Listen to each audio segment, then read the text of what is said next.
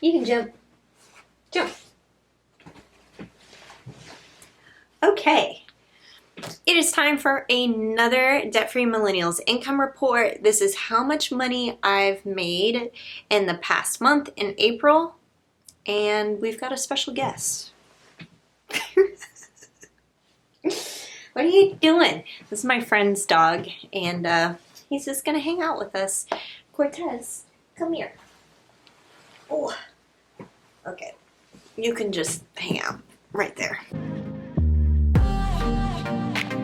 Okay, so April was a pretty interesting month. Obviously, we've all been in quarantine, and I thought with so many people who have become unemployed throughout this whole experience, I wondered how it would affect my ability as a freelancer, just to work with clients, and whether or not those clients would be extending work to freelancers. And boy, I couldn't have been more wrong about that, because I've had clients actually do the opposite. They're asking for more money-related content related to the pandemic, more frequent, all of these things. So let's go ahead and jump into how much I made in April. All right, so first up are my freelance gigs, and the total income I brought in was $6,300, making up 64% of my total income, which still, freelance gigs are the breadwinner, so can't complain about that. The one thing though, on the complete opposite end of the spectrum here, digital products only brought in $383, just 4% of my total income. This has kind of been a lackluster area, so I know, right? It's been so bad. And then YouTube, Google AdSense brought in $802, bringing in 8% of my total income for April, which I'm really happy about, because last month, March and February were not good months for YouTube AdSense. And then my affiliates brought in $2,335 at a whopping 24% of my total income. I'm super happy about this. I had a goal to make at least $2,000 with affiliate income for April, and I surpassed it, so I was really excited about that, which brings the total to $9,820. I am really still amazed that I've been able to bring in an income, and honestly extremely grateful for this, that this business is continuing to thrive, even though our entire world is going through a lot of changes and a lot of hurt. And I don't know, I really don't have any answers how this is all working, other than my affiliates are for things that help people save money, and so a lot of people, I think, are just in that save money mode. And also the freelance gigs that I am getting, also some of the content is related to the pandemic. So I think that has helped me just continue to really build this business and continue to get a really good income for April.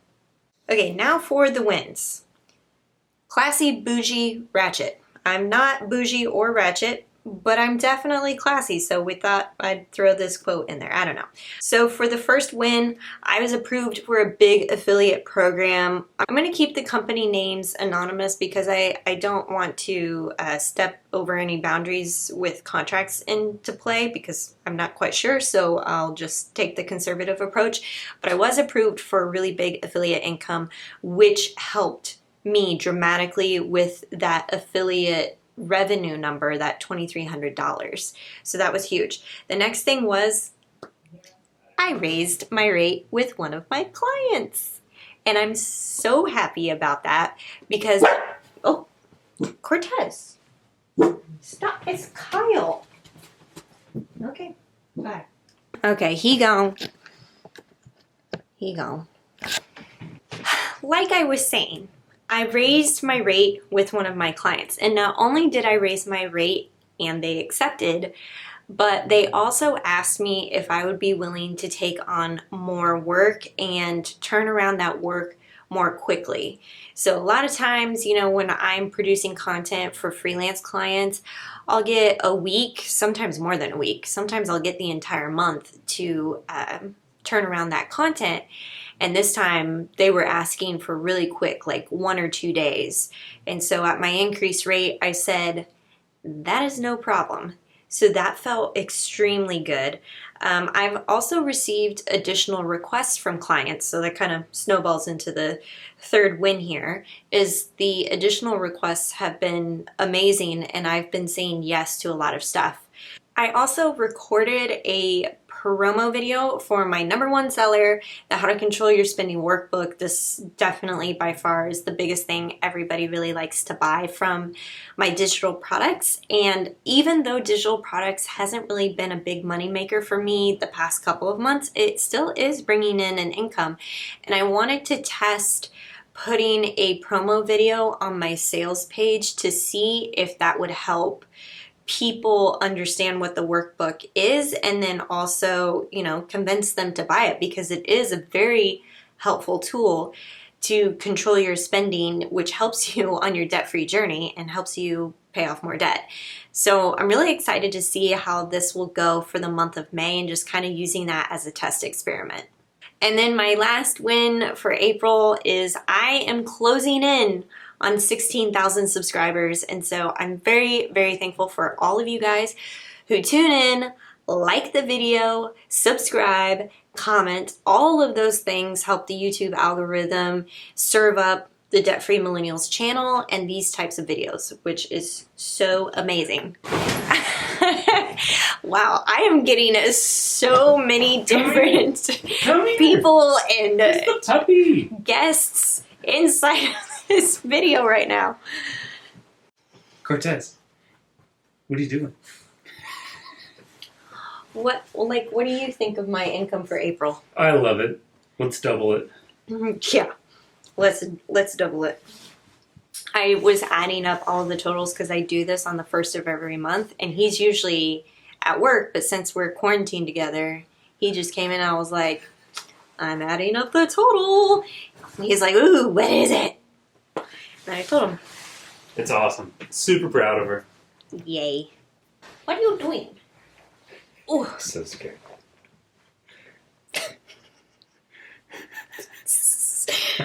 Guys, this is a Cavapoo. He's Cavalier King Charles and a poodle mix. And he literally does not care what you do to him. But he does need a lot of attention, don't you? Okay, you wiggle worm. All right. Now for the obstacles. And that's showbiz, baby. This is something I guess I told my youngest sister when she was in middle school that she was upset about something. And the best advice that I could give to her in that moment was, that's showbiz, baby. So it's so dumb. But it's true. My first obstacle for April was, again, going back to digital products are lacking. The whole sales with that is lacking, but maybe that's okay. And maybe it's because I've been so focused on building that affiliate income stream that it's like you can only really focus on one thing at a time. And I'm wondering if this is okay to just let it be for now while I really focus on building up the affiliate revenue stream, getting that to a point where I'm really happy with it, and then refocusing my energy on the digital products. So initially at the beginning of 2020, I had wanted my affiliates to be 20% of my total revenue. I'm almost feeling like I want to up that to 30% and see how that goes, because once you put those things into play, they work on their own. So I just, if you want to see a video about affiliates and how that works with an online business, comment below, and I'd love to share more about it because I am really passionate about affiliate marketing. It's been awesome. The second thing that's been an obstacle is my email automation sequence needs a bit of work.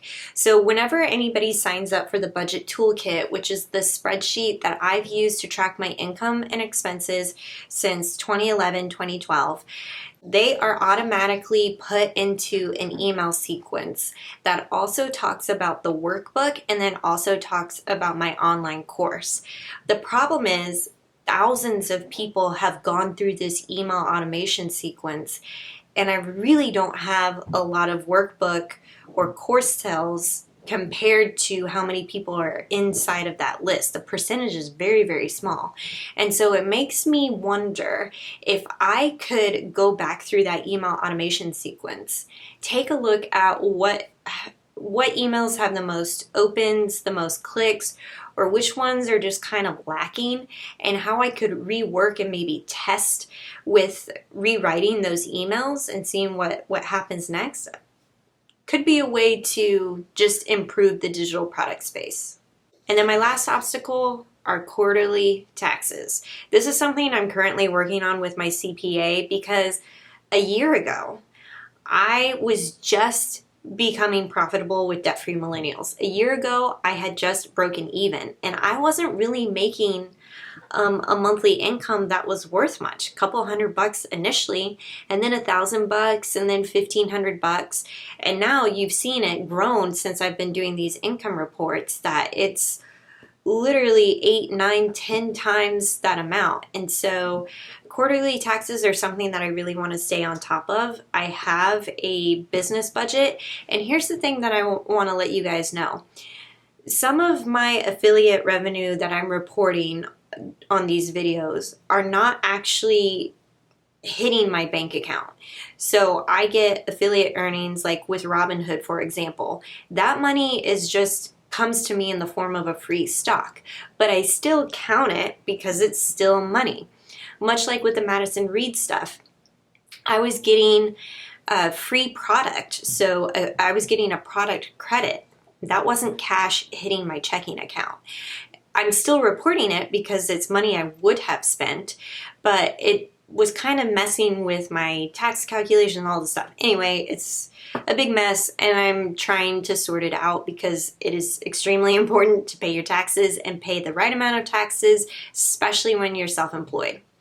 So that is it for my April income report. This video was a little crazy because we had a lot of people showing up inside of the video. So I hope you guys are staying well, staying healthy, and if you're self-employed, keep going after those clients and after those really awesome opportunities that are still out there. I'm living proof of this. Living proof that you can still do this while we're in a pandemic.